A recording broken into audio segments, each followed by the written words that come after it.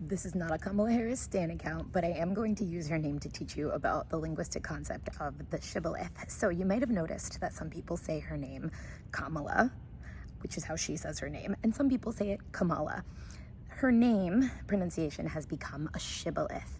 A shibboleth is a word that differentiates one community from another by its pronunciation in English. This comes from Hebrew. It's a story in the Bible book of Judges where there were the people of Ephraim and the people of Gilead, and the people of Gilead said the word shibboleth, and that was a test for people from Ephraim whether or not they were actually part of the community or not. So the people of Gilead come across this soldier from Ephraim. They ask him to say shibboleth. He says sibboleth. They kill him. That is a pretty powerful story. So that's how we get that word. Her name has become a shibboleth, and a lot of reporters have asked me about this in the last couple of days, because if you say her name like her, Kamala, it is maybe a sign of respect, maybe a sign of alignment with her. But if you go out of your way to say her name Kamala, which she has specifically said is not her name, you're doing something else with that. One example of this, at the RNC convention, we saw the only person that consistently said her name the way she says it was J.D. Vance. He's got an Indian wife and in-laws, maybe reasons to not intentionally mispronounce her name.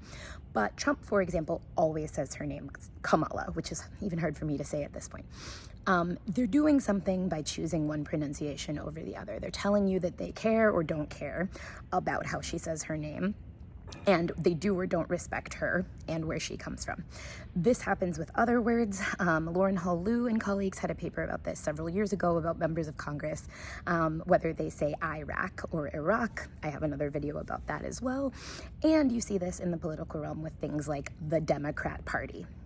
Republicans on Fox News and right-leaning channels will always say the Democrat Party, but the official name of the party is the Democratic Party, and if you listen to members of that party, you will not hear them say Democrat Party very often. That word has become a shibboleth, whether you say Democratic or Democrat. So it's one thing to keep your eyes peeled for in this campaign season. How people say names and party affiliations tells you something about where they're coming from. As always, my website is in the link in my bio if you'd like to read my research.